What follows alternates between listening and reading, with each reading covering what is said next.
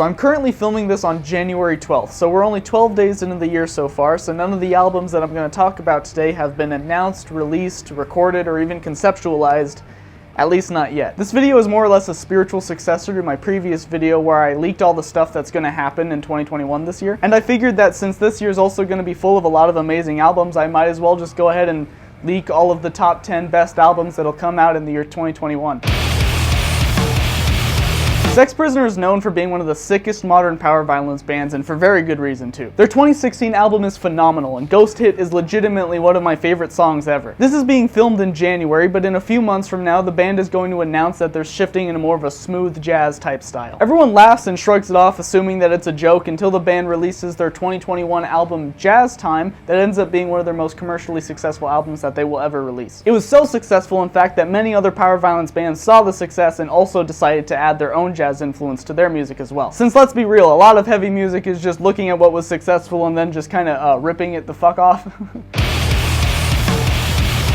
Now, in case if you don't remember, Slayer announced that they were disbanding and it left their millions of fans heartbroken. But they did promise to do one last farewell tour to make it up to the fans before calling it quits for good. And when I say one final farewell tour, what I really mean to say is 600 farewell tours that spanned over the course of literal years. I even saw some of their fans getting legitimately upset with the band because they spent $900 on tickets to go see them for the last time when the band just ended up playing the exact same city like 9 months later. Pretty much just wasting their fans' money on a farewell experience just to squeeze a couple extra million out of their fans before retiring for good. So in similar fashion, the band is going to announce their 2021 album, the final album, for real this time. It will only be available on vinyl for $600, and it will completely sell out after 4 seconds because how else are all the members of the band going to afford another summer home, you know what I mean? One of your favorite indie/pop punk bands also releases their hit 2021 single, Sorry About the Allegations. It's a melodramatic, self-pitying, sexist song that will take you back to simpler times of being gaslit by your long-distance significant other on Tumblr in 2014. If Warped Tour was currently still a thing, this song would be playing in all of the promos for it.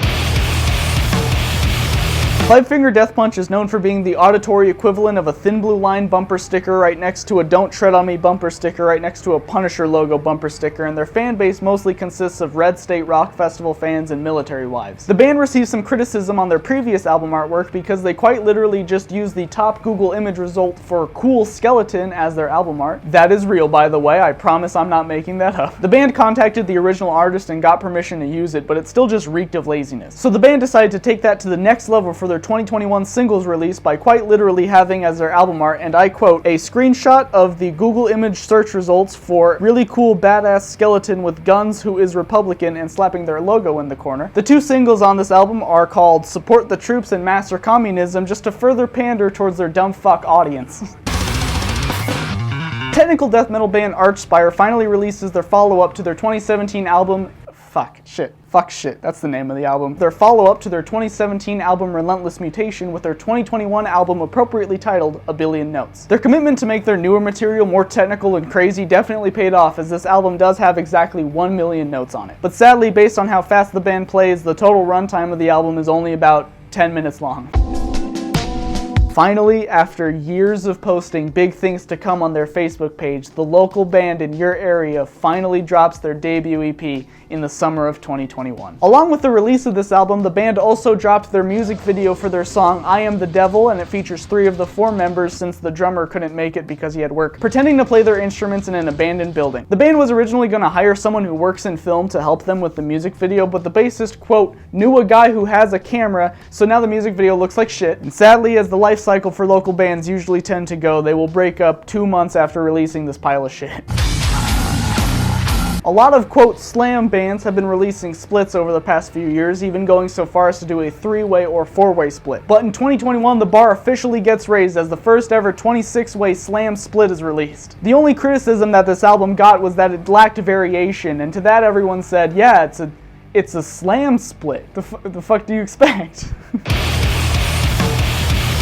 Dance Gavin Dance also releases a new album in the year 2021, proving to be one of their most successful albums that they've ever made. However, fans were pleasantly surprised and mildly confused by the new direction that the band was going. On their previous album, you might remember track 3 is just in Spanish, just kind of randomly, and well, it looks like for the year 2021, Dance Gavin Dance is going to pull a Drake Bell and release music entirely targeting their Spanish audience. Okay, real talk though, I can't believe Drake Bell did that. That's bananas. Shortly after, the band changes their name to Danza Alejandro Danza. In 2016, Age of Destruction came out, and Grindmother was welcomed with open arms into the underground scene. Everyone was super excited when their sophomore album was set to come out in fall of 2021, but that excitement was cut short as everyone learned that it was a Rest in Peace tribute album. Okay, that's not true. That's a joke. That's so fucked up. I shouldn't even joke about that. I'm so sorry. And lastly, the most anticipated album of the year 2021.